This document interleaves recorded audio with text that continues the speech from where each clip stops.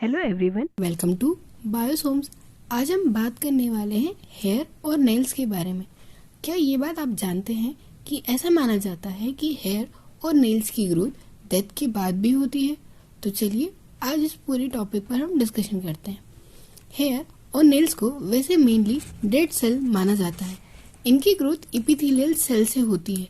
वैसे तो ये दोनों एक प्रोटीन से बने होते हैं जिसे हम केराटिन कहते हैं, और केराटिन के मैट्रिक्स से ही नेल के बेड का फॉर्मेशन होता है और उससे नेल्स बनते हैं। वहीं केराटिन की एपिथेलियल सेल से हेयर्स का फॉर्मेशन होता है, और जब ये हाई रिजिड और ड्राई फॉर्म में होती है तब ये स्किन से बाहर आती है और नेल का और हेयर का स्ट्रक्चर बना लेती है। वैसे नेल्स और हेयर्स को हम डेड सेल में इसलिए भी लेते हैं क्योंकि इसका कोई भी डायरेक्ट कनेक्शन हमारी ब्लड वेसल से नहीं होता, यानी कि इसके कटने पर कोई ब्लड नहीं निकलता। ये लंबे समय तक ग्रो होते रहते हैं, यानी कि यदि इन्हें न्यूट्रिशन मिलता रहेगा तो ये ग्रो होते रहते हैं। और वैसे आपने नेल्स का सुना होगा कि वो कंटिन्यू बढ़ते रहते हैं और कुछ टाइम बाद कर्ल हो जाते हैं या कर्व्ड हो जाते हैं। तो वो इसीलिए है कि जब उसमें ऑक्सीजन की डेफिशिएंसी होती है तो वो जहाँ ऑक्सीजन का प्रेजेंस उसे मिलेगा वो उसकी तरफ रोटेट होते रहते हैं। हम बात करते हैं कि क्या ये बात सही है कि डेथ के बाद भी नेल्स और हेयर्स ग्रो होते हैं?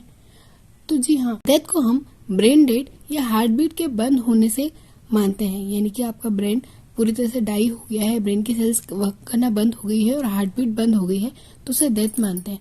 बट बॉडी की दूसरी सेल्स जो होती है वो कम्प्लीटली डेड नहीं होती, वो कुछ फंक्शन करती ही रहती है। उसी में नेल्स और हेयर्स को ग्रो कराने वाली सेल्स के पास न्यूट्रिशन रह जाते हैं, जिसके कारण उसकी ग्रोथ होती है, और ये कुछ टाइम के लिए होती है। बाकी सेल डेथ हो जाने पर ये भी रुक जाती है। एक्चुअल में होता ये है कि डिहाइड्रेशन की वजह से हमारी जो नॉर्मल स्किन सेल होती है वो श्रिंक होती है, जिसकी वजह से ऐसा दिखाई देता है कि हेयर और नेल्स ग्रो हो रहे हैं, जबकि उनकी लेंथ उतनी होती है पीछे की तरफ रिएक्ट करती है और थोड़ी थोड़ी मुड़ती चली जाती है, जिसकी वजह से नेल्स की लेंथ ज्यादा दिखाई देती है। वही जब स्केल का जो मसल होती है और टिश्यूज होते हैं वो आपस में श्रिंक हो जाते हैं, जिसकी वजह से हेयर लॉन्ग दिखाई देते हैं। बट एक्चुअल में ऐसा नहीं है कि डेथ के बाद हेयर और नेल्स बढ़ते हैं। कुछ टाइम के लिए उन सेल्स में न्यूट्रिशन और सारी चीजें रह जाती है, जिसकी वजह से डेथ के कुछ दिनों तक ही इनमें ग्रोथ होती है, पर कंटिन्यू ये ग्रो होते हैं, ये बात सही नहीं है। आई होप कि ये फैक्ट आपको इंटरेस्टिंग लगा होगा। हेयर और नेल्स के फॉर्मेशन होने की प्रोसेस को केराटिनेशन कहते हैं।